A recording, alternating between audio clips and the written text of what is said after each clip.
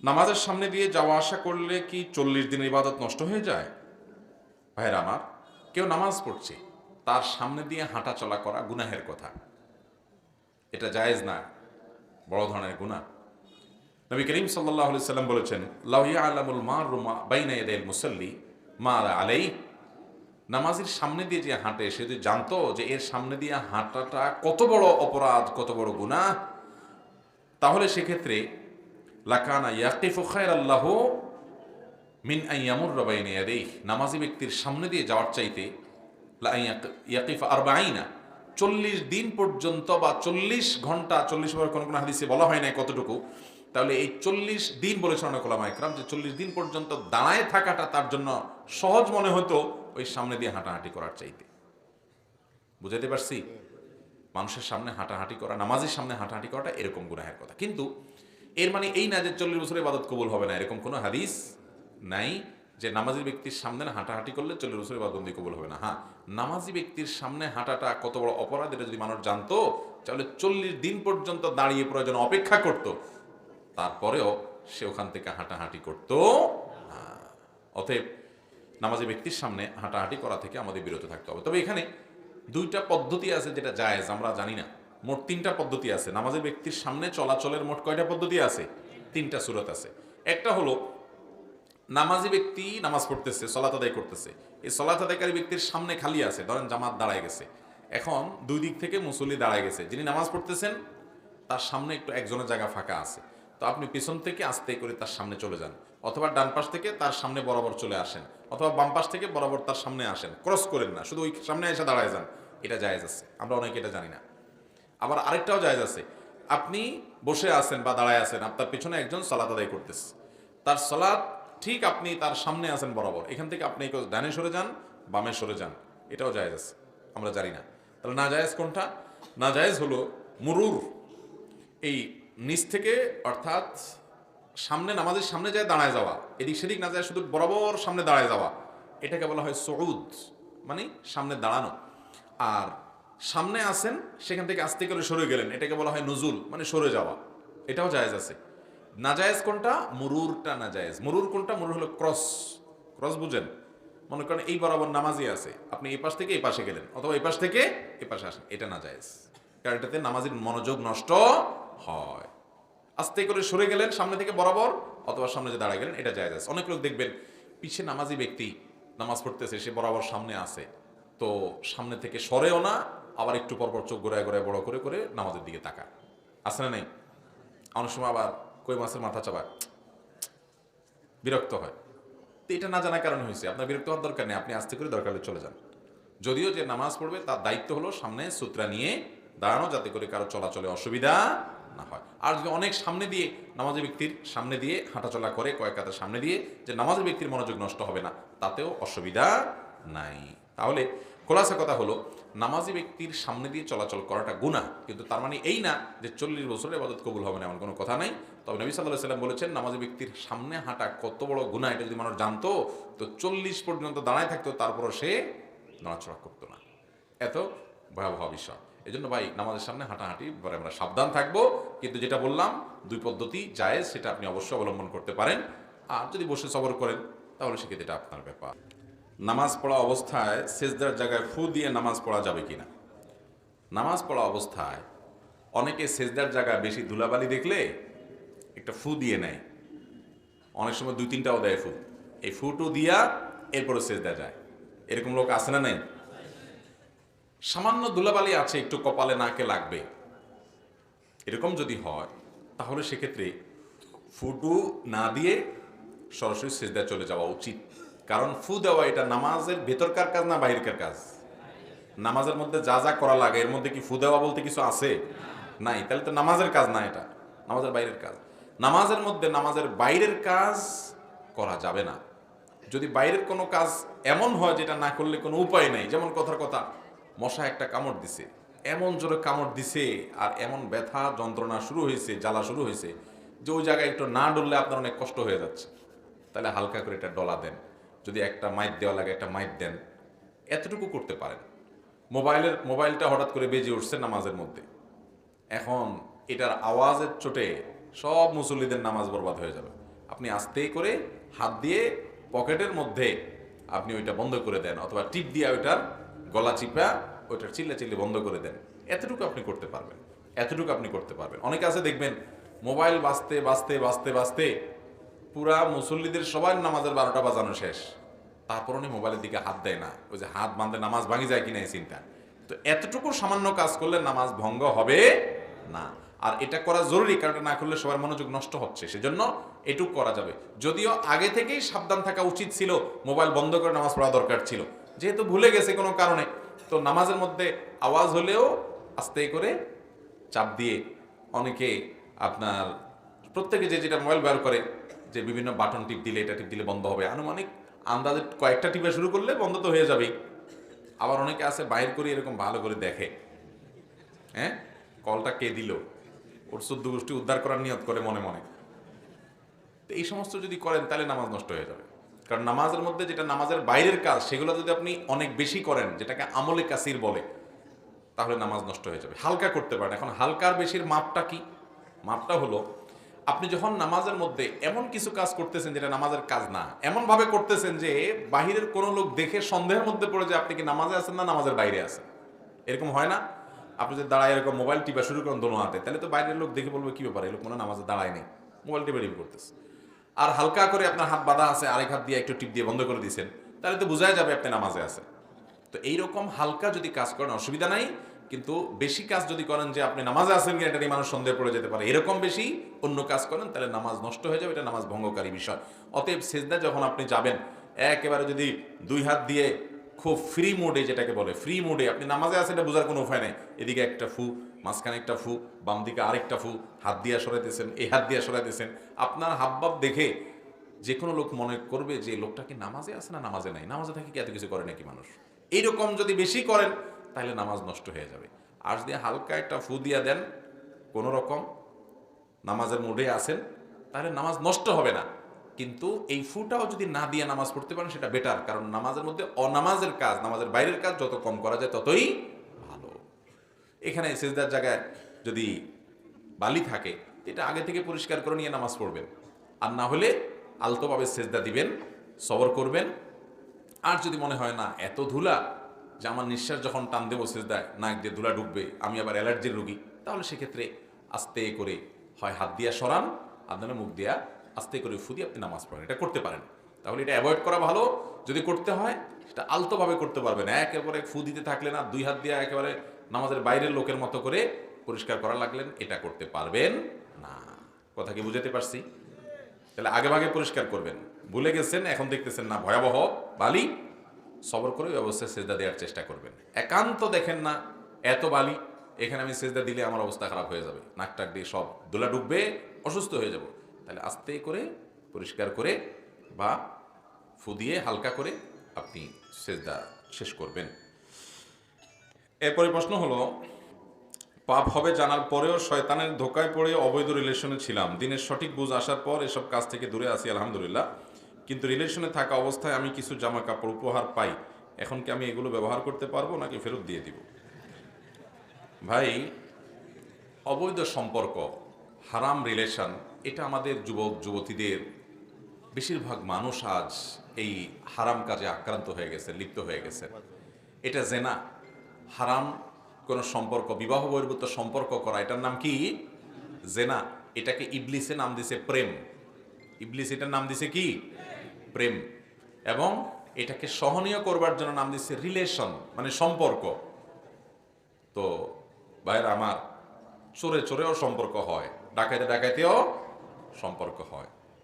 তো বিবাহ বহির্ভূত সম্পর্ক, এটা সম্পর্ক বা রিলেশন, প্রেম, নাম যাই দেন না কেন, এটা অবশ্যই জঘন্য গুনাহ এবং হারাম কাজ। মনে রাখবেন, বনি ইসরাইলের ব্যাপারে নবী সাল্লাল্লাহু আলাইহি ওয়াসাল্লাম বলেছেন, ইহুদি জাতির প্রতি সর্বপ্রথম ফিতনা ছিল এ নারীর ফিতনা, অর্থাৎ ছেলেরা অবৈধ সম্পর্কে মেয়েদের সাথে জড়ায় যাবে। এটা দিয়ে তার ঈমান, আমল, ইবাদত, বন্দেগী, আল্লাহমুখিতা, আখিরাতমুখিতা সব বরবাদ হয়ে যাবে। একটা পুরুষের ঈমানি চেতনা ধ্বংস করার জন্য একটা অবৈধ সম্পর্ক যথেষ্ট, একটা মহিলারও সেম। ভাইরা আমার, এই জন্য দেখবেন ইবলিস অন্য কোনোটার প্রতি আপনাকে এতটা আকর্ষণ করবে না যত বেশি এদিকে আকৃষ্ট করবে। এই জন্য যুবক ভাইরা আমার, চ্যালেঞ্জ নিতে হবে যে আমার মধ্যকার সকল ভালোবাসা সকল প্রেম, সকল আবেগ, সকল মোহাব্বত, এই সবগুলো আমি যত্ন করে বুকের ভিতর রেখে দিব। কার জন্য? বউয়ের জন্য। বুঝতে পারছেন? বউ হলো আপনার বৈধ প্রেমিকা, সে হলো আপনার সত্যিকারের প্রেম ভালোবাসার হকদার। আর এই বাহিরের রাস্তাঘাটে, স্কুল কলেজে ডানে বামে যে 2 নাম্বারের দিকে আপনারা আগান, এই 2 নাম্বারই করে অজাগায় প্রেম ভালোবাসা দিয়া টিয়া, এরপর বিয়ে করার পরে সময় মতো দেখবেন ভালোবাসার টান পড়ছে। বোঝেন নাই? তখন দেখবেন ভালোবাসার পুঁজিতে কি পড়ছে? টান পড়ছে। এই জন্য এগুলো করবেন না। এখন কথা হলো, এক সময় ভুল পথে ছিলাম, আল্লাহ হেদায়েত দিছে, এখন সঠিক পথে আসছি, হারাম রিলেশন এখন আর করি না, আল্লাহর ভয়ে সব ছেড়ে দিয়েছি। এরকম যদি হয়, এখন আগে ওই সম্পর্ক থাকাকালীন সময় একজন আরেকজনের এটা সেটা দিছি, হ্যাঁ, গিফট টিফট দিছি, এ তো সব 2 নম্বরের জন্য গিফট দেওয়া। নাহলে দুনিয়া তার ভালো মানুষ খুঁজে পায় নাই। বহুত ছেলে আছে যে নিজের বাপের জীবনে একটা 10 টাকার জিনিস কিনে দেয় নাই, নিজের বোনটারে কোনোদিন কিনে দেয়নি, নিজের ভাইটারে কোনোদিন কিনে দেয় নাই, মার জীবনে একটা 10 টাকা দিয়ে 20 টাকা দিয়ে একটা আইসক্রিম কোনোদিন কিনে দেয়নি। ওই কোথাকার কোন মেয়ের সাথে হারাম সম্পর্ক করলে এর বাদামও খাওয়ায়, চটপটিও খাওয়ায়, এবং চাইনিজও খাওয়ায়, ফুচকাও খাওয়ায়, এটাও কিনে দেয়, সেটাও কিনে দেয়, ভাবখানা এমন যে উনি অনেক কিছু করে ফেলবে। এই বকিল অন্যকে দেওয়া তো দূরের কথা, নিজে অনেক সময় খায় না, কিন্তু এই মেয়ের জন্য খরচ করে। আছে না নাই? ঠিক একই কথা বিপরীত দিক থেকে আছে। ভাইরা আমার, এটা যৌবনের ভ্রম, যৌবনের পাগলামি। এই পাগলামিটা একটা সময় থাকবে না, শুধু আফসোসটা থেকে যাবে। কোনটা থেকে যাবে? আল্লাহর কসম করে বলি যুবক ভাইরা আমার, যৌবনে যে যৌবনকে নোংরামি দিয়ে আপনি পরিপূর্ণ করে ফেলছেন, আপনার এই যৌবনের পাগলামি, এই জেনা ব্যভিচারের খাহেশ, এটা চিরকাল থাকবে না। একটা সময় এগুলো চলে যাবে মাথা থেকে। জীবনের বাস্তবতা আপনি একসময় উপলব্ধি করতে পারবেন, কিন্তু তখন যেটা থেকে যাবে সেটা কি? যৌবনকালে যে হারাম সম্পর্ক করে আল্লাহকে নারাজ করেছেন, আমলনামা বরবাদ করেছেন, চরিত্র ধ্বংস করেছেন, ভালোবাসার অপাত্রে ব্যবহার করেছেন, এবং হারাম রিলেশন করে নিজের ভেতর বাহিরকে নোংরা করে ফেলেছেন, সেজন্য আফসোসটা ঠিকই থেকে যাবে সারা জীবন। এজন্য বুদ্ধিমান যুবক, বুদ্ধিমান যুবতীরা তাদের যৌবনকে হেফাজত করে অন্যায় থেকে, অশ্লীলতা থেকে। আল্লাহ তাআলা আমাদের যুবক এবং তরুণদেরকে হিম্মত এবং সৎসাহস দান করুন। সৎসাহস নিতে হবে ভাই। সব যুবকরা এ অপকর্মে জড়ায় যাচ্ছে, সবারই একটার সাথে রিলেশন, একাধিকটার সাথে রিলেশন আছে। আপনি সবাই তালে যদি তাল মিলান, তাহলে আপনি আর কিসের বিশেষ হলেন? আপনি তো বিশেষ হবেন যে সবাই পাগলামি করলে আমি একটু ভিন্ন হব, আমি ইউনিক হব, আমি শ্রেষ্ঠ হব, যে না আমি পাগলামিতে নাই। শত শত যুবক আছে সমাজের, একটা যুবক আজ থাকলেও আমি আছি যে আমি এই পথে নাই। চেষ্টা করবো তো ইনশাআল্লাহ। এখন কথা হলো, ওই আগের সময়ে যখন আপনি ভুল পথে ছিলেন, তখন যে আদান প্রদান হয়েছে, উপহার ইত্যাদি, এটা সেটা, তো এইগুলো থাকলে বেশিরভাগ ক্ষেত্রে ওই আবার মনে পড়ে সেই পুরান দিনের অপকর্মের কথা, গুনাহের কথা, জেনার কথা। এই জন্য এগুলো বিক্রি করে ফেলেন না, কাউকে দিয়ে দেন, হ্যাঁ, অথবা পারলে ফেরত দিয়ে দেন, যে কোনোভাবে এটা চোখের থেকে আড়াল করে ফেলান, যাতে করে গুনাহের কথা স্মরণ না হয়, তার কথা স্মরণ না হয়। আল্লাহ তাআলা আমাদেরকে সৎ সাহস যেন আমরা অর্জন করতে পারি সে তৌফিক দান করুন।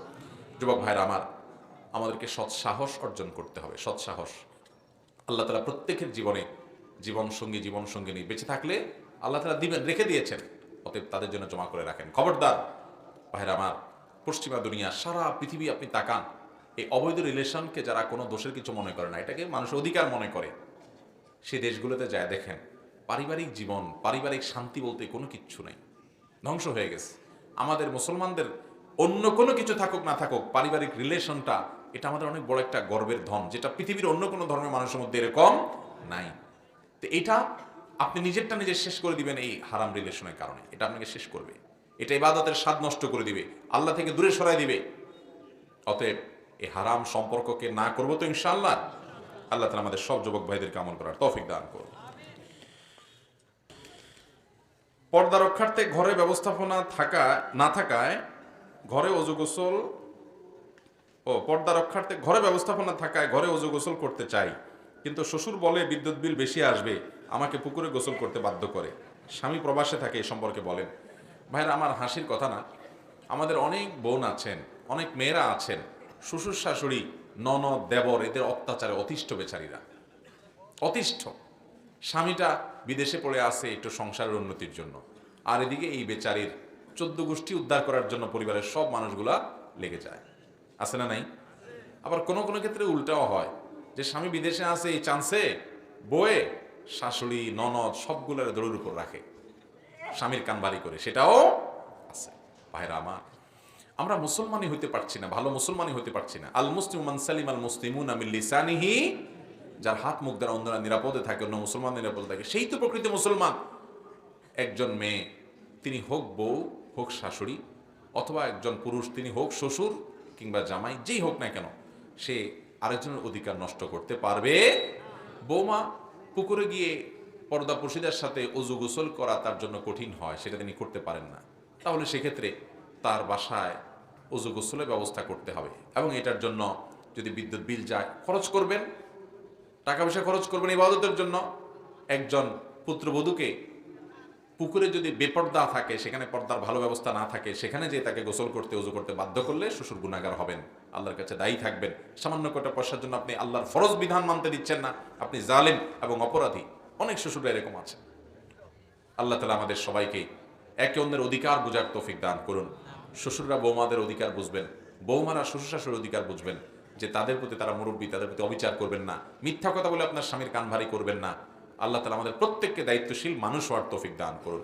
ভাইরা আমার, মুসলমানিত্ব শুধু নামাজ কতগুলো পড়ার নাম না, আর রোজা কতগুলো রাখার নাম না। মুসলমানিত্ব হলো নামাজ রোজা তো করবেনই, এর পাশাপাশি মানুষের অধিকারের ব্যাপারে সচেতন থাকতে হবে, না হলে ভালো মুসলমান হতে পারবেন না। এরপরে প্রশ্ন হলো, মসজিদের ভেতর দুনিয়াবি কথা বললে 40 বছরের কবুলকৃত নামাজ নষ্ট হয়ে যায়, এরকম কোনো হাদিস বিশুদ্ধভাবে প্রমাণিত আছে বলে আমার জানা নাই যে মসজিদে দুনিয়াবি কথা বললে 40 বছরে ইবাদত নষ্ট হয়ে যায়। তবে এটা ঠিক, মসজিদে একান্ত ব্যবসা বাণিজ্য, দুনিয়ার ধান্দা, আলাপ সালাপ, আড্ডা ফাড্ডা এগুলা করা মসজিদের শান এবং মর্যাদার খেলাফ। এটা মসজিদের শান এবং মর্যাদার খেলাফ, একজন মুসলমান সেটা করতে পারেন না। মসজিদে তিনি ইবাদত বন্দী করবেন, নেক আমল করবেন, এটার জন্য মসজিদ নির্মাণ করা হয়েছে। দুনিয়ার কথা যদি মসজিদে বলতে হয়, সেটা সওয়াবের উদ্দেশ্যে বলবেন। যেমন কথার কথা দুজন মানুষের মধ্যে মীমাংসা করছেন, আল্লাহর কাছ থেকে সওয়াব পাওয়ার আশা, এটা কোনো চাকরি না, বেতন নিয়ে না, পয়সা নিয়ে না। অথবা মসজিদে বসে দুনিয়ার কোনো একটা জিনিসকে সওয়াবের উদ্দেশ্যে, বৃক্ষরোপণ করা সওয়াবের কাজ, মানুষের অভাব মোচন করা, এটা দুনিয়ার কাজ, কিন্তু এটা আল্লাহর উদ্দেশ্যে করলে, সওয়াবের উদ্দেশ্যে করলে, ইখলাসের সাথে করলে সওয়াবের কাজ হবে। এসব আলাপ আপনি করতে পারেন। পিওর দুনিয়ার আলাপ, বসে বসে আপনার কাজুরি আলাপ, ব্যবসার আলাপ, দোকানে কেনা বেচার আলাপ, নিজের নিজের আলাপ সালাপ করলেন, এগুলা করলে অবশ্যই গুনাহ হবে, মসজিদের শানের খেলাফ হবে। অনুমতি ছাড়া একজনের মোবাইল আরেকজন ধরতে পারবে কি? অনুমতি ছাড়া একজন আরেকজন মোবাইল এমনি টাচ করলো, ধরলো, এই ধরাতে তো সমস্যা নাই, কিন্তু এখানে ধরা বলতে যেটা বুঝাইছেন সেটা হলো টিপাটিপি করা, ঘাটাঘাটি করা আর কি, তাই না? তো এটা অবশ্যই নাজায়েজ কাজ, এটা করা যাবে না। কারণ মোবাইল হলো আজকাল আমাদের সবার ভেতরের একরকম বলতে পারেন একটা আরেকটা কলিজা, ভিতরে একটা কলিজা আছে আর আরেকটা আছে মোবাইল সেট এর ভিতরে। তো এখানে মানুষের ব্যক্তিগত অনেক বিষয় আশয় থাকে, যেগুলো একান্ত ব্যক্তিগত, সে চায় না আরেকজন দেখুক। তো মানুষের প্রাইভেসি নষ্ট করা ইসলামের দৃষ্টিতে এটা গুনাহের কথা, এটা কখনো জায়েজ হতে পারে।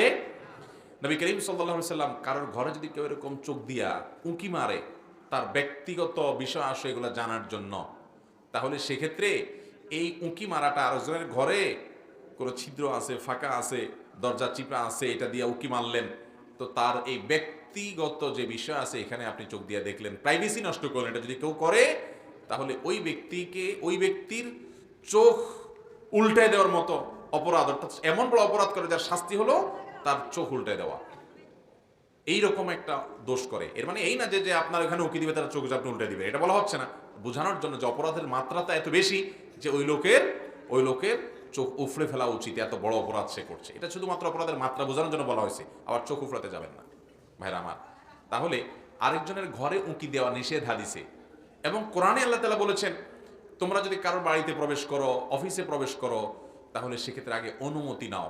আজকাল দুনিয়াতে মানুষ কত সভ্য হয়েছে, কত ভদ্র হয়েছে, কত স্মার্ট হয়েছে, যে যাওয়ার আগে জিজ্ঞেস করে যে আমি কি আসতে পারি। এই শিক্ষা কোরআন দিয়েছে প্রায় 1450 বছর আগে। সেই যাযাবরের মানুষদেরকে আল্লাহ তাআলা তখনই তাদের মধ্যে কোরআন নাজিল করে এটা গোটা মানবতাকে শিক্ষা দিয়েছেন যে তোমরা কারোর বাড়িতে ঢুকলে অনুমতি নাও। কেন? কারণ হুট করে যদি ঢুকে যাও, তার ব্যক্তিগত বিষয় আশয় আছে, সেগুলোর তোমার নজরে পড়তে পারে, সে কোনো অবস্থায় থাকতে পারে যেটা সে তোমার সামনে প্রকাশ করতে চাচ্ছে না, তার প্রাইভেসি নষ্ট হতে পারে। মানুষের প্রাইভেসিটা এত গুরুত্বপূর্ণ, এই জন্য দেখবেন অনেকে আছে আরেকজনের মোবাইল নিয়ে, পাসওয়ার্ড নাই হয়তো, সে টিপাটিপি করতেছে, গ্যালারিতে ঢুকতেছে, তার চ্যাট লিস্টে যাচ্ছে, এটা করছে সেটা করছে, এগুলো জায়েজ নাই। হ্যাঁ, কোনো বাবা তার সন্তানের মোবাইল চেক করতে পারেন, মা তার সন্তানের মোবাইল চেক করতে পারেন, কিসের জন্য? যে সন্তান কোন পথে যাচ্ছে না যাচ্ছে সে তদারকি করা তাদের দায়িত্ব, সেই জায়গা থেকে তারা করতে পারেন। সেটাও আবার অতিরিক্ত সন্দেহ প্রবণতার থেকে যদি করেন তাহলে ছেলে মেয়ে আরো নষ্টর দিকে বেশি যেতে পারে। এটাও খুব সাবধানতার সাথে করতে হবে। স্বামী স্ত্রী একে অন্যের মোবাইলও ঘাটাঘাটি অপ্রয়োজনে করবেন না। হ্যাঁ, যদি মনে হয় যে সন্দেহজনক কোনো বিষয় ইতিমধ্যে হয়ে গেছে, এখন বাধ্য হচ্ছেন আপনি চেক করার জন্য, তাহলে সেক্ষেত্রে আপনি এটি করতে পারেন শর্ত সাপেক্ষে, অবস্থা বেঁধে। সাধারণ অবস্থাতে একজন আরেকজন মোবাইল ঘাটাঘাটি করা কখনো ভালো জিনিস না। আমরা চান্স পেলে অনেকে চুপচাপে কাম করি। আল্লাহ আমাদেরকে এ ধরনের গুনাহ থেকে বেঁচে থাকার তৌফিক দান করুন। জুমাবার হুজুর খুতবা চলাকালীন একজন আরেকজনের সামনে যেতে পারবে কি? না ভাই, জুমাবারে খুতবা চলাকালীন সময় একজন আরেকজনকে ডিঙ্গায়া একজন আরেকজনের গায়ের উপর দিয়া বা কাতার ভেঙে ভেঙে সামনে যাবে না। একটু নেতাগোছের মানুষদেরকে দেখবেন এরকম বেশি করে, ঠিক না? হ্যাঁ, এই নেতাদেরকে ওই জায়গায় থামাই দিবেন যে নেতাগিরি আল্লাহর ঘরে না, নেতাগিরি সব রাস্তাঘাটে। এখানে গোলামি করতে আসছেন, গোলামি করতে এসে আবার কিসের নেতা? যার ভিতরে নেতার ভাব আছে তো গোলামি হতে পারে না এখন। অতএব এখানে বিনয়ী হয়ে আসতে হবে। আমরা দাসত্ব করতে আসছি এখানে ভাইরা, অহংকার নয়। মাটির নিচে চূর্ণ বিচূর্ণ হয়ে যাবে, আল্লাহ ভয় থাকতে হবে। এই কাতার ভেঙে ভেঙে সামনে যাওয়া যাবে না। হাদিসে আসছে জুমার দিন কেউ যদি কাতার ভেঙে ভেঙে সামনে অগ্রসর হয় তো সে সামনে অগ্রসর হচ্ছে না, সে জাহান্নামের পোল অতিক্রম করে জাহান্নামের দিকে যাচ্ছে সে। অতএব আল্লাহ আমাদেরকে এই অপরাধ থেকে বাঁচার তৌফিক দান করুন। হারামও খায় নামাজও পড়ে, তার ইবাদত কবুল হবে কিনা? হারামও খায় নামাজও পড়ে, তার ইবাদত কবুল হবে কিনা? ভাইরা আমার, নামাজ পড়ে সেজন্য তার ওয়াক্তের ফরজ হয়তো আদায় হয়ে যাবে, কিন্তু সাথে যে হারাম উপার্জন করে, এই জন্য মানুষের হক নষ্ট করে যে উপার্জন করে, এর নামাজ কালাম পড়ে যা সওয়াব টওয়াব পাবে কিয়ামতের ময়দানে ওই পাওনাদারদের টাকা হারামভাবে উপার্জন করে যে খাইছে তাদের পাই পাই করে সেটার বিনিময়ে এই নামাজের সওয়াবগুলো দিয়ে দেওয়া লাগবে। এখন যদি বলেন তাহলে তো নামাজ না পড়াই ভালো, না, নামাজ না পড়লে তো আরো খারাপ। কারণ সে যে পাপ করছে এই পাপের বোঝা হিসাবে তখন যার হারাম খাইছে, যার টাকা মারছে, তার গুনাহের বোঝা তার নিতে হবে। নামাজ থাকলে নামাজ দিয়ে সে পার পাবে, আর নিজের নামাজ নিজের কোনো কাজে আসলো না। এই জন্য ভাইরা আমার, আপনি হারাম বর্জন করেন, হারাম ছাড়েন, হারাম থেকে সরে আসেন, ওইটা সবচেয়ে বেশি গুরুত্বপূর্ণ। এর পাশাপাশি আপনি নামাজ পড়বেন, তাহলে নামাজ আপনার কাজে আসবে। হারামও খাইলেন, নামাজও পড়লেন, তাহলে নামাজ আপনার উপকারে আসবে, এটা আরেকজনকে দিয়ে দিতে হবে। আর যদি বলেন তাহলে লাভ কি, না পড়ি, নামাজ পড়ে লাভ কি, তাহলে বাদ দেই, তো বাদ দিলে হারাম যে খাইছেন কিয়ামতের ময়দানে পাওনাদার যার হারাম মেরে খাইছেন, যার টাকা মেরে হারাম খাইছেন, এই লোকটাকে দেওয়ার মতো তো আপনার নামাজের সওয়াবও নাই, এবার তার পাপের বোঝা আপনাকে নেওয়া লাগবে। অবস্থা আরো ডেঞ্জারাস হবে। বিধায় হারাম বর্জন করার গুরুত্ব অনেক বেশি। আমাদের দেশে মানুষ মনে করে কি যে নামাজও পড়ি হারামও করি আল্লাহ তাআলা মাফ করে দিবে। ভাই, আল্লাহ তাআলা সব গুনাহ মাফ করবেন। আল্লাহর কাছে মাফ চাইলে, লজ্জিত হলে, অনুতপ্ত হলে, কিন্তু বান্দার হক নষ্ট করে হারাম খাইছেন এইটা আল্লাহ মাফ করবেন। সুদের টাকা, ঘুষের টাকা, মানুষের হক মেরে খাইছেন, এটা মাফ করবেন। লম্বা দায় লাগাইছেন, জুব্বা লাগাইছেন, তওবা করছেন, সবই ঠিক আছে, কিন্তু মানুষের হক মেরে খাইলে এটা আল্লাহ মাফ করবেন না। ওই মানুষের কাছ থেকে মাফ নেওয়া ছাড়া এক কদম জান্নাতের দিকে আগাইতে পারবেন না। খুব ডেঞ্জারাস বিষয়। এই জন্য এবাদত একটু কম করেন, কিন্তু হারাম খাইয়েন না, খবরদার। কারোর জমির আইল ঠেলিয়েন না। আছে না এই রোগ? আইল ঠেলার রোগ আছে না নাই গ্রামে? অনেকে আছে দেখবেন, কোদাল দিয়া জমিনে কোপ যদি 10টা দেয় তো 2টা দেয় আইলে। আইলটারে কাটতে কাটতে কাটতে চিকন বানিয়ে ফেলছে। ভাইরা আমার, এই ছোট লোক করে কোনোদিন মানুষ বড় লোক হইতে পারে না। ছোট লোক সারা জীবন ছোট লোকই থাকে। আর জন্য হক মেরে মানুষ কোনোদিন এই আইল ঠেলে, আইল কেটে মানুষ পয়সাওয়ালা হয় না। আর পয়সাওয়ালা যদি হয়ও কেউ, তারপরে ইমানদার সেদিকে যাবে না। অতএব হারাম থেকে বেঁচে থাকবো তো ইনশাআল্লাহ। খুতবার সময় হাতে লাঠি নেওয়া বা না নেওয়ার বিধান কি? জুমার খুতবার সময় বা ঈদের খুতবার সময় বিভিন্ন বর্ণনা থেকে বোঝা যায় নবী করিম সাল্লাল্লাহু আলাইহি ওয়াসাল্লামের হাতে লাঠি থাকতো এবং ধনুক থাকতো। হয় ধনুক অথবা লাঠি, এটার উপরে তিনি ভর করে হাত রেখে দাঁড়িয়ে খুতবা দিতেন। এই জন্য অনেক ইমামরা এটাকে সুন্নাহ বা মুস্তাহাব বলেছেন। নবী সাল্লাল্লাহু আলাইহি ওয়াসাল্লাম এটা করতেন, সাহাবীদের অনেকেও এটি করতেন।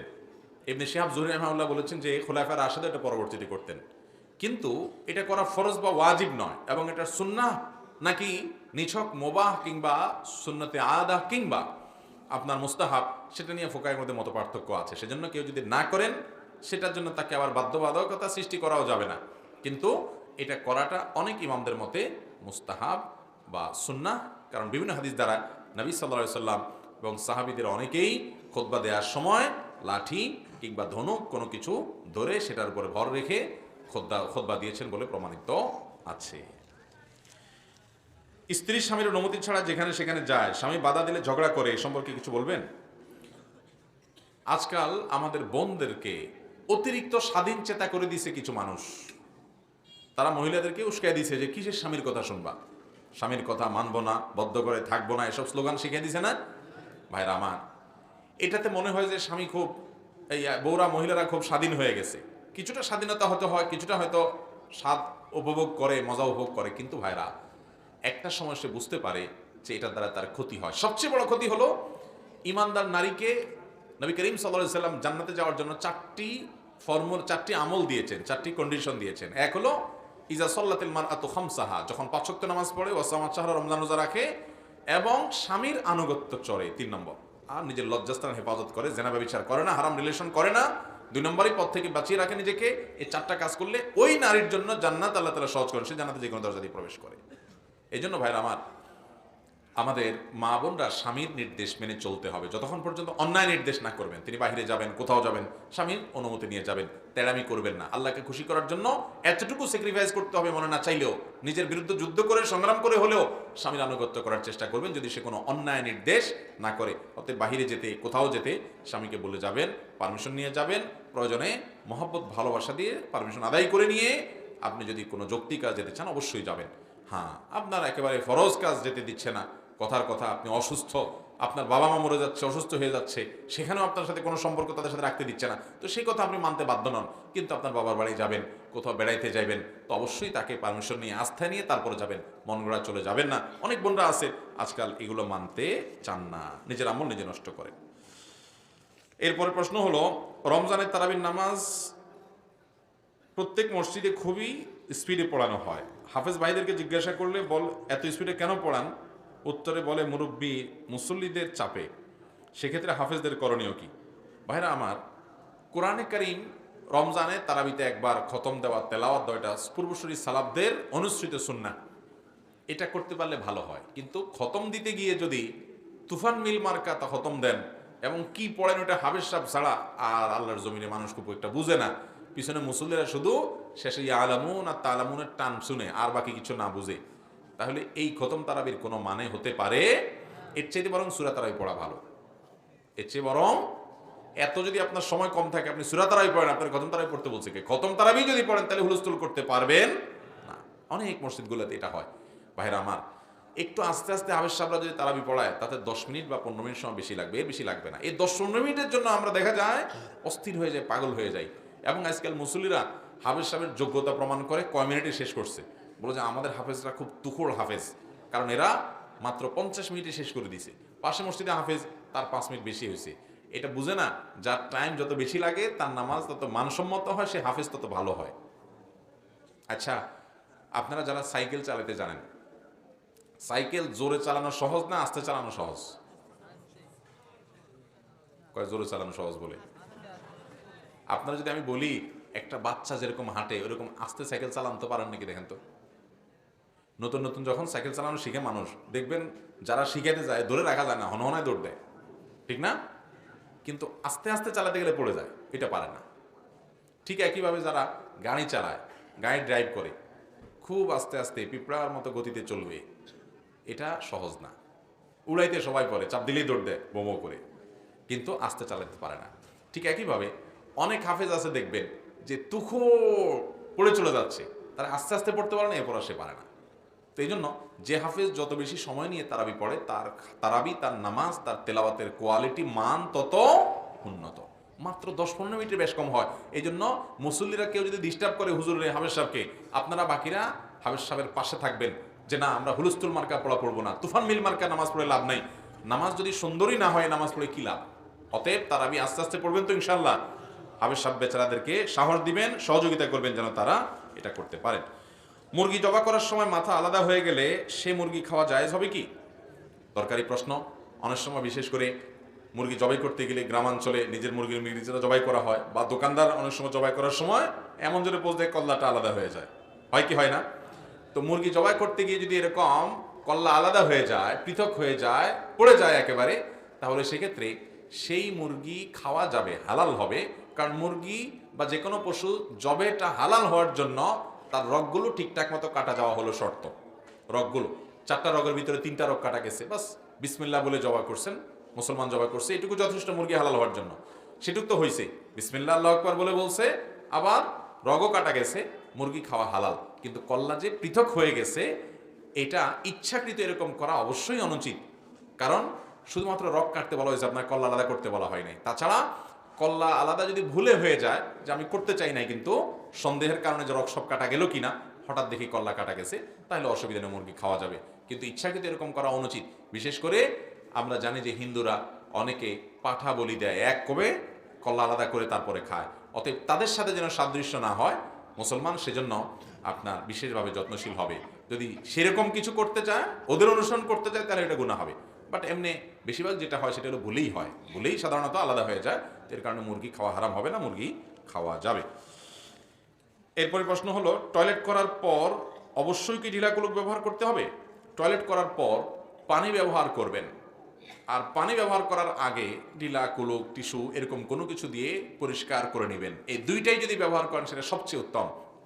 কোরআনে কারিমে আল্লাহ বলেছেন, ইন্নাল্লাহা ইউহিব্বুত তাওয়াবিন ওয়া ইউহিব্বুল মুতাতাহহিরিন। আল্লাহ তাআলা তওবাকারীদেরকে পছন্দ করেন, ভালোবাসেন, আর উত্তম রূপে পবিত্রতা অর্জনকারীদেরকে ভালোবাসেন। এই উত্তম রূপে পবিত্রতা অর্জনকারী কারা, এটা নিয়ে মুফাসসিরিন কোরআন বহু মত আছে এবং প্রসিদ্ধ অনেকগুলো মত আছে। এর ভিতরে একটা মত হলো যে এই আয়াতে মূলত মসজিদে কুবা, যে মসজিদে নববীতে মদিনাতে যে মসজিদে নববীর আগে যে মসজিদ নির্মাণ হয়েছে মসজিদে কুবা, এই কুবা এলাকার মানুষদের কথা বলা হয়েছে। নবী সাল্লাল্লাহু আলাইহি সাল্লামের যুগে যারা ছিল তাদের মধ্যে একটা ভালো গুণ ছিল, কুবায় তারা বসবাস করত, যে তারা মরুভূমিতে সাধারণত পানি পাওয়া টাফ ছিল, সেখানে তারা ঢিলা কুলুক ব্যবহার করতো, এরপর আবার পানিও ব্যবহার করতো। এই জন্য তাদের প্রশংসা করে আল্লাহ তাআলা বলেছেন যে উত্তম রূপে পবিত্রতা অর্জনকারীদেরকে আল্লাহ তাআলা পছন্দ করেন এবং ভালোবাসেন। অতএব ঢিলা কুলুক বা টিস্যু ইত্যাদি ব্যবহার, এরপরে পানির ব্যবহার, দুইটা করতে পারলে অধিকতর উত্তম। কমপক্ষে পানি ব্যবহার করবেন। পানি পাওয়া যাচ্ছে না বা পানি নাই, তাহলে ঢিলা কুলুক ব্যবহার করলেও চলবে, যে কোনোভাবে ময়লা দূর করলে তাতে হয়ে যাবে, কিন্তু দুইটা জমা করতে পারলে অবশ্যই ভালো। আচ্ছা, এরপরে প্রশ্ন,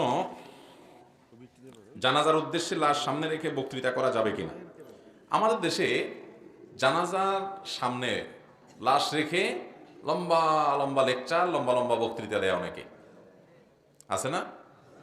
এলাকার চেয়ারম্যান সাহেব বক্তব্য দিবে, মেম্বার সাহেব বক্তব্য দিবে, আপনার লাশ যার তাদের পরিবারের একজন একজন করে সবাই বক্তব্য দিবে, ইমাম সাহেব বক্তব্য দিবে।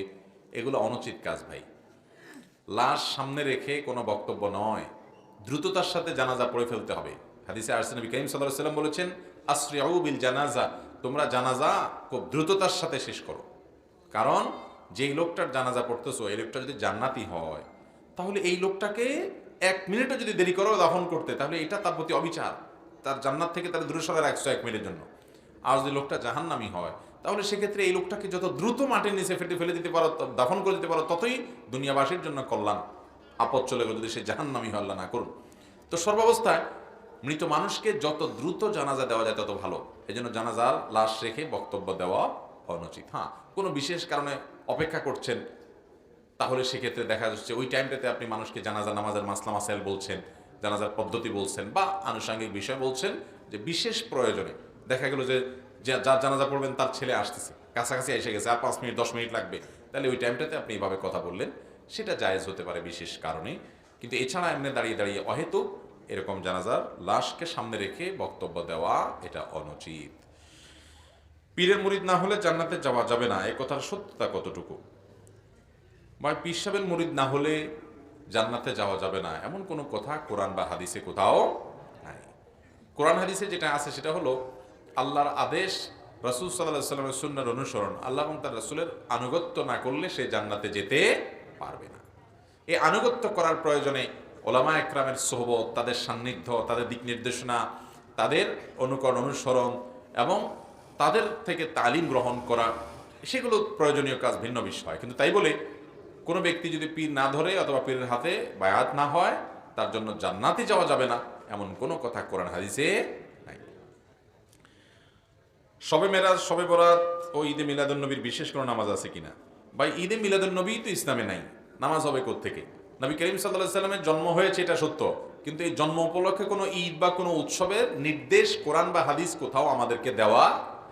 একজন মুসলমানের আদেশ নিষেধ পাওয়ার জায়গা কোনটা? কোরআন এবং হাদিস। কোরআন এবং হাদিসে কোনো একটা জাল হাদিসেও নবী করিম সাল্লাল্লাহু আলাইহি ওয়াসাল্লামের জন্মের দিনটাকে উৎসব হিসাবে উদযাপনের কোনো নির্দেশনা বিলকুল। আরে ভাই, জন্মদিবস উদযাপন এটা তো পেগানদের কাজ। অগ্নিপূজক, প্রকৃতি পূজারী আছে অনেকে, তাদের কাজ। একসময় খ্রিস্টানরা পর্যন্ত জন্মদিবস পালন করতো না, পরবর্তীতে সেটা খ্রিস্টানরা ধরছে শুরু করা। ঈসা আলাইহিস সালামের জন্মদিবস, ক্রিসমাস ডে তারা পালন করে। এদের দেখা দেখে মুসলমানরা চিন্তা করছে তাহলে আমরাও আমাদের নবীর মহব্বত প্রকাশ করি। যারা করে তারা মহব্বতেই করেন, তারা নবী সাল্লাল্লাহু আলাইহি ওয়াসাল্লামকে ভালোবেসেই করেন। অথচ নবী সাল্লাল্লাহু আলাইহি ওয়াসাল্লাম ইহুদি খ্রিস্টানদের অনুসরণ করতে নিষেধ করেছেন। আমরা সে কাজই করছি। আমাদের নবীজি নিজের জন্মদিবস বছরে একবার এরকম উৎসব করা, এটা তিনি করেন নাই।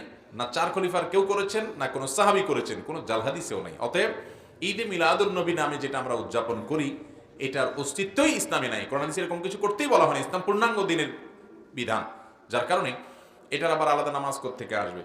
এরপরে আসেন শবে মেরাজ।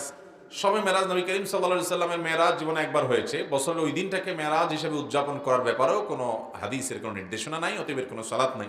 শবে বরাত, শাবানের মধ্যরাত, এই রাতের ফজিলত বিভিন্ন হাদিস দ্বারায়, অনেকগুলো হাদিস এর বর্ণনা থেকে এই রাতের ফজিলত বোঝা যায় যে আল্লাহ তাআলা মানুষকে সাধারণ ক্ষমা ঘোষণা করেন, হিংসুক ছাড়া, মুশরিক ছাড়া। মুশরিক এবং হিংসুক ছাড়া বাকি লোকদেরকে আল্লাহ তাআলা ক্ষমা করেন। এরকম বিভিন্ন বর্ণনা দ্বারা এই রাতের ফজিলত মোটের উপরে প্রমাণ পাওয়া যায়।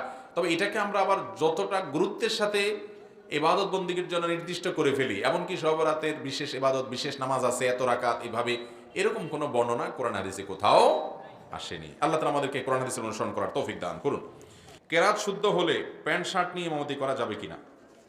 প্যান্ট শার্ট অথবা টি শার্ট প্যান্ট পরছেন আপনি, মানে পাঞ্জাবি পায়জামা টুপি আপনার মাথায় নাই, গায়ে নাই, তাহলে আপনি ইমামতি করলে নামাজ হবে কিনা? উত্তর হলো, যদি আপনার কেরাত শুদ্ধ থাকে, নামাজের মাসলা মাসাইল আপনি মোটামুটি জানেন, তাহলে আপনার ইমামতি করা জায়েজ হবে। আপনার পিছনে কেউ নামাজ পড়লে তার নামাজও হয়ে যাবে। মূলত এগুলো তো বিচ্ছিন্ন, যখন কয়েকজন মিলে জামাত করেন তখনকার ব্যাপার। সাধারণত ইমাম হিসাবে নিয়োগ দিলে তো অবশ্যই একজন এমন মানুষকে নিয়োগ দিবেন যিনি আমলে, এলেমে, সব দিক থেকে একজন মুসলমানের পরিপূর্ণ রূপ ধারণ করেন, কোরআন সুন্নাহ আমল করার চেষ্টা করেন, তার মধ্যে মুখে দাড়ি থাকে, সুন্নাহ সম্মত সব আমলগুলো থাকে, সেগুলো থাকে। সেই সাথে আপনার তার ভিতরে কোনো প্রকাশ্যে ফাসিকি কাজ করার মতো কিছু না থাকে, এটা থাকলে তাকে ইমাম বানাতে পারেন। এমনকি শার্ট প্যান্ট পরেও যদি কেউ ইমামতি করে, প্যান্টটা টাকনু নিচে যদি না যায়, শরিয়া লঙ্ঘন না করে, তাহলে এই ব্যক্তির ইমামতিতে নামাজ হয়ে যাবে, যদি তার কেরাতটা কি থাকে, শুদ্ধ থাকে। আমরা অনেকে টেনশন করি যে ইমামতি করতে বোধহয় মাদ্রাসা না পড়লে ইমামতি করা যাবে না। না ভাই, বিশেষ করে হ্যাঁ, নিয়মিত ইমাম হিসাবে নিয়োগ দিতে অবশ্যই হাফেজ আলেম দেখে নিয়োগ দিবেন, সেটা তো বটেই। কিন্তু বিচ্ছিন্ন পাঁচজন মিলে হঠাৎ করে জামাত করবেন, নামাজের মিস হয়ে গেছে জামাত, এখন নিজেরা জামাত করবেন বা বাসায় জামাত করবেন কয়েকজন মিলে, তো সেখানে শার্ট প্যান্ট পরা মানুষও জামাতে ইমামতি করতে পারবে, যদি তার নামাজের মাসলা মাসাইল জানা থাকে। মূলত যে কয়েকজন নামাজ পড়তেছেন এদের মধ্যে সবচেয়ে বেশি যে কারাত শুদ্ধ পড়তে পারে, মাসালা সবচেয়ে বেশি জানে, সেই ইমামতি করবে। নিজের পছন্দ মতো বিবাহ করা জরুরি নাকি পরিবারের পছন্দ মতো করা জরুরি? যদি নিজের পছন্দ মতো করি, সেক্ষেত্রে বাবা মার পছন্দ না হলে করণীয় কি? ভাইরা, বিয়ে শাদী একজন ছেলে হোক আর মেয়ে হোক, তার জীবন সঙ্গী সঙ্গিনী নির্বাচনের ক্ষেত্রে তার সিদ্ধান্তই চূড়ান্ত। ইসলাম বাবা মাকে চাপিয়ে দেওয়ার কোনো অধিকার দেয় না যে বাধ্য করবে এখানেই তোমার বিয়ে করতে হবে, এই অধিকার বাপ্পার নাই। কিন্তু ছেলে মেয়ে সবসময় চেহারা, ছবি, অন্যান্য বিষয় আসে, এগুলো নিজেরা দেখে নিবে। কিন্তু অন্যান্য দিকগুলো কোন ফ্যামিলিতে গেলে ভালো হবে না হবে, এই বিষয়গুলো মুরব্বীদের উপরে আস্থা রাখবে যদি তারা বিচক্ষণ হয়, তারা যদি ভালো মন্দ বোঝে, তারা যদি কোরআন হাদিসের গুরুত্ব বুঝে, দিনদারির গুরুত্ব বুঝে, তাহলে তাদেরকে প্রায়োরিটি দিবে। অনেক মা বাপ আছে দিনদারির গুরুত্ব বুঝে না, শুধু কাল পয়সা ছাড়া কিচ্ছু বুঝে না। তাহলে সেক্ষেত্রে ওই মা বাপের কথাকে পাত্তা দিবে না। পাত্তা দিবে না বলতে দিনদারিকে গুরুত্ব দিবে, বাবা মাকে ম্যানেজ করার চেষ্টা করবে। ম্যানেজ করতে না পারলে বিনয়ের সাথে বলবে যে বাবা, আমি দিনদারিতে কোনো স্যাক্রিফাইস করবো না, ধার্মিক ছেলে ছাড়া, ধার্মিক মেয়ে ছাড়া বিয়ে করবো না, এটা তাকে জানাই দিবে। কারণ নবীজি সাল্লাল্লাহু আলাইহি ওয়াসাল্লাম বলছেন, ফাসওয়াল বিজাতিদ দ্বীন, ধার্মিক মেয়ে বিয়ে করে তোমরা জেতার চেষ্টা করো, বিয়েতে তোমরা সফল কাম হওয়ার চেষ্টা করো। সেজন্য সেটা করতে হবে, কিন্তু বাবা মাকে সন্তুষ্ট করে নিতে পারলে ভালো হয়। এবং বিয়ের ক্ষেত্রে ইসলাম ছেলে হোক আর মেয়ে হোক তাদের অধিকারটাকে মূল রাখছে, যে কার সাথে সে জীবন কাটাবে এই ব্যাপারে মতামত দেওয়ার অধিকার তারই সবচেয়ে বেশি। বিশেষ করে লোকটাকে আমার ভালো লাগে কি লাগে না, আমাদের দেশে অনেক ক্ষেত্রে জুলুম হয় মেয়েদের উপরে, ছেলেদের উপরে, বাবা মা চাপায় দেয়, মুরব্বীরা চাপায় দেয়, চাপায় দিতে পারবেন, তাকে বুঝান। বিশেষ করে দেখতে ভালো লাগে কি লাগে না, এটা একান্ত তার চয়েসের বিষয়, এটা ব্যাপারে তাকে পিড়াপিড়ি করা উচিত হবে না। আবার ছেলেরও মেয়েরও বোঝা উচিত, বাবা মা অভিজ্ঞ মানুষ, সিনিয়র মানুষ, তারা ফ্যামিলিগত বিষয়, অন্যান্য বিষয়গুলো তারা দেখুক, চেহারা, ছবি, ব্যক্তিত্ব, অন্যান্য দিনদারি, এগুলোকে আপনি অবশ্যই প্রায়োরিটি দিবেন, এবং এক্ষেত্রে ছেলে মেয়ের অধিকারই বেশি। মাহফিল কমিটিকে প্রশ্ন দিলে তারা খুলে দেখে নেয়, বিভিন্ন ব্যক্তিগত সমস্যা নিয়ে সেখানে প্রশ্ন থাকে, কমিটির লোকদের শ্রোতার প্রশ্ন দেখা কতটুকু যৌক্তিক? না ভাই, এটা একেবারে অযৌক্তিক কাজ, বিশেষ করে যখন তার সামনে দেখে। কারণ কে দিছে কোনটা, অনেকে অনেক প্রশ্ন দেয়, একজনের বউয়ের বিরুদ্ধে প্রশ্ন দিল, একজনের স্বামীর বিরুদ্ধে প্রশ্ন দিল, তো বেচারা কমিটির লোক দেখে গেলে তো বেচারা মানিজ্জত যাবে। তো এটা সামনাসামনি করা উচিত না, পেছনে হলে কোনো অসুবিধা নেই। ভাইরা, আরেকটা প্রশ্ন হলো, বিয়ে করার পর 2 বছর যাবৎ স্ত্রী আলাদা থাকে, কোনো ডিভোর্স হয় না, এক্ষেত্রে আমাদের কি করার আছে? বিয়ের পর স্বামী স্ত্রী যদি 2 বছর 3 বছর বা আরো লম্বা সময় আলাদা থাকে, এটা তালাক হয় না। অনেকে মনে করে যে এতদিন একসাথে না থাকলে কি হয়ে যায়, তালাক হয়ে যায়। এরকম কোনো কথা নাই। তালাক না হলে লম্বা সময় যদি আলাদা থাকে তাতেও সম্পর্ক থেকে যাবে। গাড়ির সিটে বসে নামাজ পড়লে নামাজ হবে কি? আমরা যখন সফরে থাকি, গাড়িতে বাসে আছি, নামাজের সময় হয়ে গেছে, কি করব আমরা তখন? বেশিরভাগ মানুষ আছেন ওই টাইমে নামাজ পড়েন না, মনে করেন সফরের ঝামেলা। ভাইরা আমার, নামাজ সর্বাবস্থায় পড়তে হবে। আপনি গাড়িতে আছেন, সফরে আছেন, তখন নামাজ কি মাফ না? তখন আপনাকে নামাজ পড়তে হবে। এখন প্রশ্ন হলো, বাসে আমি যাচ্ছি, নামাজের রক্ত হয়ে গেছে, আমি কি করব? উত্তর হলো, আগে ভাগে ওইভাবে আপনার সফরের জন্য প্ল্যান পরিকল্পনা করবেন যে আমার নামাজের ওয়াক্ত যাতে কোনোটা নষ্ট না হয়, যাতে করে আমার গন্তব্যে গিয়ে নামাজ পড়তে পারি, সেই টাইম অনুযায়ী আপনি বের হবেন। এটা একটা বিষয়। এরপরও যদি দেখা যায় জ্যামের কারণে কোনো কারণে নামাজের সময় চলে যাচ্ছে, আমি গন্তব্যে যায় নামাজ পড়তে পারবো না, টাইম থাকবে না, তাহলে কি করবেন? তাহলে আপনি গাড়িওয়ালাকে রিকোয়েস্ট করে গাড়ি থামায়া নামাজ পড়বেন। আর যদি সেটা সুযোগ না হয়, দেখেন যে না, গাড়িওয়ালা গাড়ি থামাবে না কোনোভাবে, আর অন্য যাত্রী নেয় নামাজ পড়ার মতো, তাহলে সেক্ষেত্রে আপনার যদি অজু থাকে, গাড়ির মধ্যেই যেহেতু ওয়াক্ত চলে যাচ্ছে, তাহলে গাড়ির মধ্যে আপনি নামাজ পড়তে পারেন। আর যদি গাড়ি ছেড়ে দিয়ে আপনি নামাজ পড়ে প্রয়োজনে আরেক গাড়ি ধরতে পারেন, তাহলে সেই চেষ্টা করবেন। যদি সেটা কঠিন হয়, অনেক সময় দেখা যায় রাত্রিবেলা যাচ্ছে, এখানে থামলে আর কোনো গাড়ি পাওয়া যাবে না, বিপদে পড়বো, কষ্ট হবে, তাহলে ওই অবস্থায় গাড়ির মধ্যে আপনি নামাজ পড়বেন। এর জন্য অজু থাকলে কেবলার দিকে ফিরে সালাত আদায় করার চেষ্টা করবেন। যদি কেবলা জানেন, কথা কথা সোজা পশ্চিম দিকে গাড়ি যাচ্ছে, তাহলে পশ্চিম দিকে ফিরে, আর যদি মনে হচ্ছে উল্টা দিকে যাচ্ছে, তাহলে ওই দিকে ফিরে আপনি নামাজ পড়ার চেষ্টা করবেন। আর যদি মনে কোনোভাবে কেবলার দিকে ফেরা সম্ভব না, যাচ্ছে উত্তরে দক্ষিণে, তাহলে সিটের মধ্যে হলেও যে কোনোভাবে একটু পশ্চিমের অ্যাঙ্গেলে হয়ে নামাজ পড়ার চেষ্টা করবেন। আল্লাহ বলেছেন ফাত্তাকুল্লাহ মাস্তাতাতুম, যতটুকু সাধ্যগুলা, কিন্তু কোনোভাবে পশ্চিম দিকে ফেরা সম্ভব না, তাহলে যতটুকু সম্ভব, যতটুকু ফিরে সম্ভব ততটুকু আপনি সালাত আদায় করবেন। তারপরেও আপনাকে নামাজ পড়তে হবে। গাড়ি দেখে নামাজ মাফ হবে না, উজু করে আপনাকে নামাজ পড়তে হবে। এখন উজুর ব্যবস্থা নাই, পানিও নাই সাথে, গাড়িওয়ালা থামাবে না, রাত বিরাত আপনার বিপদও হবে থামলে এখানে, বা দিনের বেলায়, কিন্তু এখন নামলে আরেক গাড়ি পাওয়া টাফ হবে, সমস্যা হবে, তাহলে সেক্ষেত্রে প্রয়োজনে তায়াম্মুমের মাটি রাখবেন, যে ওখানে তায়াম্মুম করে আপনি নামাজ পড়বেন। তারপরেও এই নামাজ আপনাকে পড়তে হবে। কোন অবস্থাতে নামাজ মাপ নেই ভাই। এখন কথা হলো, গাড়িতে নামাজ কেমনে পড়বো? দাঁড়ায় নামাজ পড়তে পারবো না। আমি নিজে বাসের মধ্যে নামাজ পড়ছি আলহামদুলিল্লাহ দাঁড়ায়।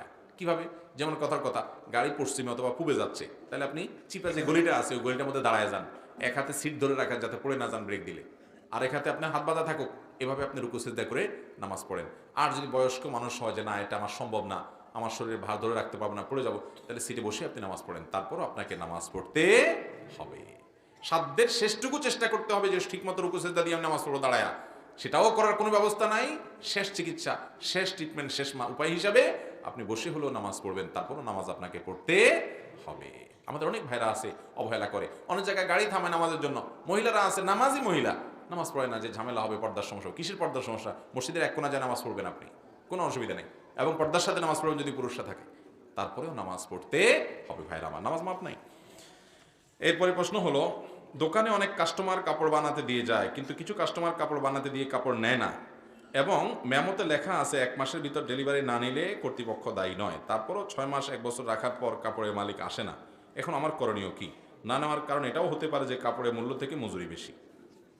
ভাই, যদি এরকম হয় যে আসলে কাপড় বানাইতে দিছে কিন্তু সে আর নেয় না, আছে এরকম লোক বহুত আমাদের দেশে, তো যদি এরকম হয় এবং আপনার মেমোতে স্পষ্ট লেখা থাকে এতদিন না নিলে আর আপনি আমার দায় দায়িত্ব নাই, তাহলে সেক্ষেত্রে আপনি এটা বিক্রি করে আপনার মজুরির যে টাকা সেটা আপনি নিয়ে বাকি টাকা ওই ব্যক্তির তরফ থেকে দান করে দিবেন। কথা কি বুঝতে পারছি? ধরেন জামার দাম হলো 2000 টাকা, রেডিমেড জামাটা, এটা বিক্রি যা করতে পারেন, এখন 2000 তো কেউ নিবে না, আরেকজনের গায়ের মাপের জামা, আপনি 1500 বিক্রি করতে পারলেন, 1000 বিক্রি করতে পারলেন, মজুরি 500 টাকা, তাহলে মজুরি 500 রেখে বাকি টাকা ওই ব্যক্তি যার কাপড় যে নেয় নাই তার পক্ষ থেকে দান করে দিবেন গরিব দুঃখীকে, ব্যাস শেষ। আর যদি এমন হয় যে এটা বিক্রি করলে যে টাকা পাবেন আপনার মজুরির টাকাই হবে না, তাহলে তার কোনো কথাই নেই, পুরোটাই আপনি রেখে দিবেন। জি ভাই, এগুলো প্রশ্ন মোটামুটি দেওয়া হয়েছে, জাযাকুমুল্লাহ খাইর। প্রশ্ন অনেক আছে কিন্তু কয়টা দেব উত্তর? আচ্ছা, আরেকটা প্রশ্ন উত্তর দিই, অন্যের জমি দখল করে খাওয়ার বিধান কি? ভাই, এটা আমাদের দেশে খুব হয়, তাই না? গ্রামাঞ্চলে আরেকটু বেশি হয়। ভাইরা আমার, নবী করিম সাল্লাল্লাহু আলাইহি সাল্লাম বলেছেন, কেউ যদি কারোর 1 বিঘত জমি অন্যায়ভাবে দখল করে, খায়, ভোগ করে, আত্মসাৎ করে, আল্লাহ রাব্বুল আলামিন 7 তবক জমিনকে তার গলায় ঝুলিয়ে দিবেন। এই জমিনে তাকে ধসাতে থাকবে। ভয়ঙ্কর অপরাধ। ভাইরা আমার, এই জমিন নিয়ে যেতে পারবেন না। ওই কবর 3.5 হাত মাটি, ওইটুকুই আপনি পাবেন। খাবে হাতে বতে, খাবে আপনার অন্যরা, আর দায় আপনাকে বহন করতে হবে। ইচ্ছে বড় নির্বোধ আর কে হতে পারে? এই জন্য খবরদার, এ হারাম খাবেন না। এ হারাম খাওয়াটা আগুন খাওয়া, জাহান্নাম খাওয়া। আল্লাহ তাআলা আমাদেরকে আল্লাহর ভয়ে মানুষের হক মেরে খাওয়া থেকে বেঁচে থাকার তৌফিক দান করুন। এই জালিম যে মানুষের হক মেরে খায়, সে যত নেকামল করুক না কেন, আল্লাহর কাছে বান্দার হকের নিষ্পত্তি করা ছাড়া তার কোনো রক্ষা হবে না। অতএব সাবধান থাকতে হবে। জাযাকুমুল্লাহ খাইর ওয়া আখিরু দাওয়ানা আলহামদুলিল্লাহি রাব্বিল আলামিন।